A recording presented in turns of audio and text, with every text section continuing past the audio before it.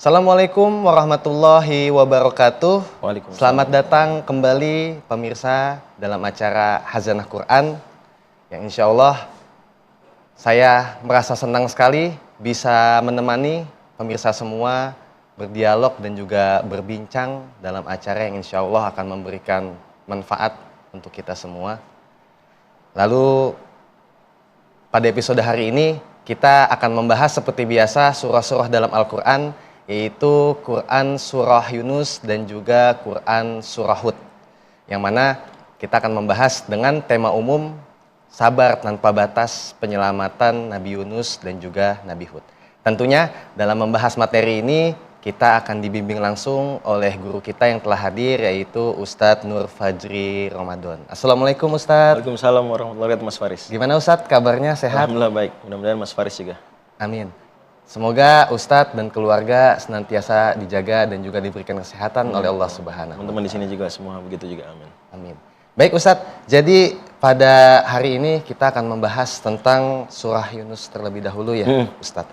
Mungkin untuk mempersingkat waktu, kita akan langsung masuk kepada pembahasan.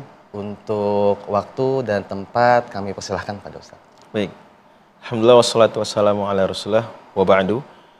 Setelah kita menuntaskan surat At-Taubah, yang tentu saja bicara garis besar tentang taubat, maka kemudian Allah Subhanahu wa taala memberikan dua model terkait dengan taubat. Ada kaum yang bertobat di waktu yang tepat, sehingga mereka kemudian diselamatkan dari azab. Mereka lah kaumnya Nabi Yunus alaihissalam. Makanya setelah surat At-Taubah, surat 9, surat 10-nya surat Nabi Yunus alaihissalam. Tetapi ada kaum yang justru malah membangkang. Bahkan terus-terusan memusuhi Nabi mereka. Itulah surat setelahnya, surat 11, yaitu surat Nabi Hud alaihissalam. Kaum Nabi Hud, Allah Subhanahu wa taala sebutkan watilka adun jahadu bi ayati rabbihim wa asaw rusulahu wattaba'u amra kulli jabbarin anid.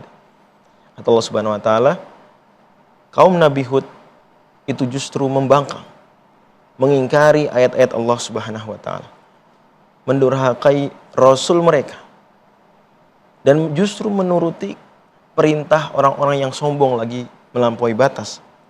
Berbeda dengan kaum Nabi Yunus alaihissalam yang justru Allah Subhanahu wa taala sebutkan di ayat 98 surat Nabi Yunus alaihissalam, falaula kanat qaryatun amanat fanafa'aha imanuha illa qauma Yunus lamma amanu kashafna anhum adzabal khizyi fil hayatid dunya wa matta'nahum ila hin. Kata Allah, kaum Nabi Yunus itu tatkala mereka sadar melihat kayaknya ini mau diazab. Bahkan azab itu sudah antara azab dengan mereka, ya, itu jaraknya 2/3 mil saja. Namun belum terjadi azabnya, ya, sebagaimana dikuatkan Imam Al-Qurtubi dan lain-lain. Lantas mereka amanu, beriman. Padahal Nabi mereka lagi pergi. Berbeda dengan kaum Nabi Hud. Jadi tinggal kemudian kita seolah-olah diajak oleh Allah Subhanahu wa taala untuk memilih. Apakah setelah kita tahu urgensi dari taubat, pentingnya taubat, betapa mendasarnya taubat itu untuk segera dilakukan wajib hukumnya, mau mengikuti jalannya kaum Nabi Yunus ataukah mengikuti jalannya kaum Nabi Hud alaihissalam? Baik Ustadz, dari penjelasan Ustadz tadi dalam ayat 98 dijelaskan bahwasanya sebenarnya taubat itu sudah menjadi solusi instan yang diberikan Allah kepada manusia. Tetapi permasalahannya di zaman sekarang ini Ustadz, kadang kita itu perlu untuk terbentur terlebih dahulu terhadap masalah baru kita taubat. Terbentur, penyebabnya kenapa tuh Ustadz? Ya, terbentur gitu ya. Iya betul. Masya Allah. Jadi begini memang, kadang-kadang manusia itu ya Mas Faris, juga teman-teman sekalian, itu sering meremehkan panggilan-panggilan taubat. Apalagi kalau yang mengajak taubat kawan sendiri. Di surat Nabi Yunus itu di ayat kedua Allah firmankan, akana linnasi ajaban an auhayna ila rajulin minhum an anzirin nasa wa basyiril ladzina amanu. Jadi mereka heran, loh kok yang diutus kepada kita adalah manusia biasa. Kurang lebih nih, ada seorang mahasiswa suka ganti-ganti pacar gitu. Diingetin, kamu gak boleh pacaran karena mendekati zina. Apa sih kamu? Kamu kan mahasiswa sama seperti saya, anak muda juga. Suka lawan jenis juga kan? Nah, kira-kira gitu. Jadi kadang-kadang orang ada apa ya? Meremehkan kepongahan terhadap orang yang ngajak tobat. Atau sebaliknya justru dia lebih kepada problem di internal. Di ayat yang ke-7 Allah Subhanahu wa taala firmankan ya. Innal ladzina la yarjuna liqa'ana wa radu bil hayatid dunya wa tama'annu biha wal ladzina hum an ayatina ghafilun. Orang yang apa ya? Tidak mengharapkan pertemuan dengan Allah. Jadi nggak mikirin akhirat. Mungkin malah nggak percaya akhirat, namun dzalik ya. Kemudian merasa berada di zona nyaman. Ya mau udah nyaman begini. Ganti-ganti pacar, klub malam, bangun jam 9 pagi, berangkat kuliah, ngantuk-ngantuk di kelas. Nanti kalau ada tugas tinggal pakai ChatGPT atau nyontek teman. Kalau ujian tinggal bawa cheat sheet. Begitu terus. Nanti kalau tes kerja nggak keterima tinggal suap, minta ayahnya yang pejabat untuk menyuap. Gitu terus saya berada di zona nyaman. Sehingga kalau ada yang nyuruh, taubat, masa begitu hidup? Apa sih, orang saya enak-enak aja kok. Kamu kok ada masalah apa? Saya nyaman, kenapa kamu masalah? Nah, lagi-lagi yang ketiga Allah bilang di ayat tersebut tadi, tutupannya adalah walladzina hum an ayatina ghafilun. Lalai dari ayat-ayat kami. Lalai dari ceramah, baca Al-Qur'an. Baik Ustadz, jadi penjelasan Ustadz tadi itu kan mengarah kepada Nabi Yunus ini umatnya, kaumnya itu terbebas daripada azab karena beriman sebelum azab ini mendekat kepada umat tersebut. Jadi pertanyaannya sebenarnya itu kalau anak sekarang bilang Ustadz mungkin dibilang epic comeback ya, membalikan keadaan di detik terakhir. Masya Allah. Gitu. Jadi kita bisa membalikan keadaan di detik terakhir. Kira-kira apa sih Ustadz tipsnya supaya kita itu sadar ternyata memang Allah sudah ngasih sinyal ke kita untuk menjadi titik balik kita berubah Ustadz? Jos, jadi begini Mas Faris ya. Di ayat 98 tuh, sebelah kanannya itu, ya, itu ada kisah Firaun. Ketika tenggelam, hatta idza adrakahul gharaqu qala amantu annahu la ilaha illalladzi amanat bihi banu Israil wa ana minal muslimin. Kata Firaun ketika udah tenggelam udah wah, nyawanya udah di kerongkongan kira-kira gitu ya. Mengatakan aku beriman kepada Tuhan yang Bani Israel beriman kepadanya. Dan saya termasuk orang-orang yang berserah diri, orang-orang muslim. Ya sudah telat, ya kan? Allah tegur langsung, al-ana wa qad asaita qablu wa kunta minal mufsidin. Apa baru sekarang? Sebelumnya engkau nggak tahu aturan, merusak dan seterusnya. Nah, sementara kalau kaum Nabi Yunus itu belum sampai deadline. Kan kata Nabi SAW, yughfaru li ahdikum malam yughorgir. Diampuni selama belum nyawa di kerongkongan. Mereka tuh, Nabi Yunus kan menjanjikan, wis, saya pergi nih. Nanti kalau saya pergi, akan datang azab. Dalam 3 hari. Pergi. Mereka udah ngerasa, wih, kayaknya bener nih. Rasa takut. Gimana? Maka mereka 40 hari. Jadi kalau nggak tobat itu 3 hari setelahnya itu datang azab. Tapi mereka udah merasa, wah kok kayak nih. Gitu ya. Jadi mereka merasa Nabi Yunus ketika pergi itu tersentuh hati mereka.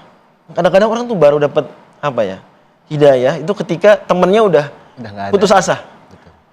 Kayaknya saya nggak bisa lagi nasihatin kamu. Ya udahlah. Gitu. Mungkin masing-masing kita jalannya berbeda. Setelah itu baru dia mikir, ya juga ya. Ya betul. Melihat kesungguhan temannya. Sama. Kaum Nabi Yunus tuh melihat Nabi Yunus ini serius mereka, serius beliau. Maka mereka 40 hari tobat. Bahkan hewan-hewan mereka juga mereka kumpulin. Mohon kepada Allah, nangis mereka 40 hari. Allah melihat kesungguhan. Beda dengan Firaun. Nunggu mepet. Udah gitu kalimatnya juga gak begitu eksplisit untuk tobatnya. Gak ada, maafkan aku ya Allah. Gitu aja cuma, aku beriman pada Tuhannya Bani Israel. Itu aja. Sedikit terpaksa kalimatnya. Iya betul. Di situ tuh. Jadi kalau kita misalnya tobat pas udah sakit. Ya. Masih oke. Itu sakit tuh peringatan. Betul. Bahkan sakit hati karena putus pacaran, itu hubungan haram ya. Iya. Sakit hati itu sebetulnya Betul. sentuhan ajakan taubat dari Allah Subhanahu wa taala. Sakit kan? Ayo. Sudah terbentur, ayo kembali biar terbentuk. Cuma kita tinggal itu tadi. Sesuai dengan ayat 2 dan ayat 7, apakah kita akan meremehkan? Apakah kita akan sadar? Baik Ustadz, Masya Allah kita sudah mendengarkan semuanya penjelasan dari Ustadz Nur Fajri yang insya Allah akan memberikan kita ilmu yang bermanfaat. Tapi Ustadz saya penasaran, mungkin teman-teman penonton di sini ada yang punya pertanyaan Ustadz. Kira-kira teman-teman di sini ada yang memiliki pertanyaan atau enggak? Dari yang cowok? Oke, baik. Mungkin bisa diperkenalkan terlebih dahulu nama dan juga asalnya. Bismillahirrahmanirrahim, izin bertanya, nama saya Metrom Abidin dari Rumah Quran Korota Ayun Pasar Minggu. Ya, silakan. Ustaz. Yang ingin saya tanyakan Ustadz terkait zona nyaman. Hmm. Ketika seseorang sudah bekerja atau suatu instansi sudah mendapatkan hasil, biasanya mereka itu sudah dalam PW, posisi wena. Dan kita khawatir Ustadz, ketika seseorang ini sudah berada posisi yang nyaman, itu akan melenceng, akan bermaksiat kepada Allah Subhanahu wa taala. Karena di dalam Al-Qur'an di antaranya surah Al-Alaq itu dijelaskan kala innal insana la yatgha ar-ra'ahu istaghna. Bagaimana mungkin tips dari Ustadz agar kita senantiasa memiliki jiwa-jiwa pejuang, kemudian kita bisa fastabiqul khairat sehingga bisa memberikan manfaat yang banyak untuk umat dan kita terhindar dari azab Allah Subhanahu wa taala. Mungkin itu pertanyaan dari Ustadz. Terima kasih. Ya, baik.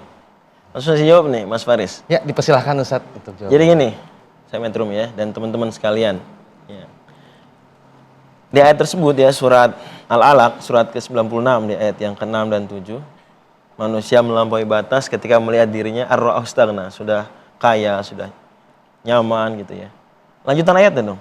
Solusinya di situ. Inna ila rabbika ruj'a. Jadi dia mengingat bahwa ini bukan seterusnya. Dia akan dikembalikan kepada Allah. Jadi kalau dia sedang berada di puncak kejayaan, maka dia sadar bahwa ini sebetulnya adalah satu hal yang sementara. Dia habis itu akan dikembalikan pada Allah Subhanahu wa taala. Kalau dia ingat tanggung jawab tersebut, dia akan lebih mawas diri. Paham ya? Kemudian setelah itu Allah sebut apa setelah inna ila rabbika ruj'a? Ara'aita alladzi yanha 'abdan idza shalat, tentang salat. Jadi kalau dia dalam puncak kejayaan, tidak melupakan ibadah-ibadah pada Allah Subhanahu wa taala, akan lebih terjaga dia. Inna sholata tanha 'anil fahsya'i wal munkar. Dan jangan disangka bahwa orang-orang Indonesia ini ya sangat disayangkan ya. Itu adalah semuanya sholat lima waktu setiap hari. Sayangnya Avara Institute tahun 2019 riset yang sholat lima waktu setiap hari itu hanya sekitar 40% aja Ustaz. Sangat menyedihkan. Artinya kalau lihat banyak problem-problem akhlak, moral, korupsi, selingkuh, ya pergaulan bebas dan lain-lain di Indonesia, hati-hati. Barangkali sholatnya apa? Dilalaikan, bermasalah. Dan terakhir, qala la tuti'hu wasjud waqtarib. Ini selalu merasa rendah. Di situ Allah simbolkan rendah diri dan rendah hati dengan sujud, mendekatkan diri. Jadi selalu kayak saya belum apa-apa. Ini semua dari Allah Subhanahu wa taala. Kalau orang punya tiga hal tersebut, insya Allah dia sukses dan tetap bermanfaat. Bukannya sukses yang membawa kepada kelalaian dan kerusakan. Seperti perkataan yang terkenal, power tends to corrupt, absolute power corrupts absolutely. Baik, Ustadz. Alhamdulillah, pemirsa semuanya kita sudah mendengarkan jawaban daripada Ustadz Nur Fajri. Kita akan lanjut kepada pembahasan yang lebih menarik tentunya, tapi setelah jeda iklan berikut ini.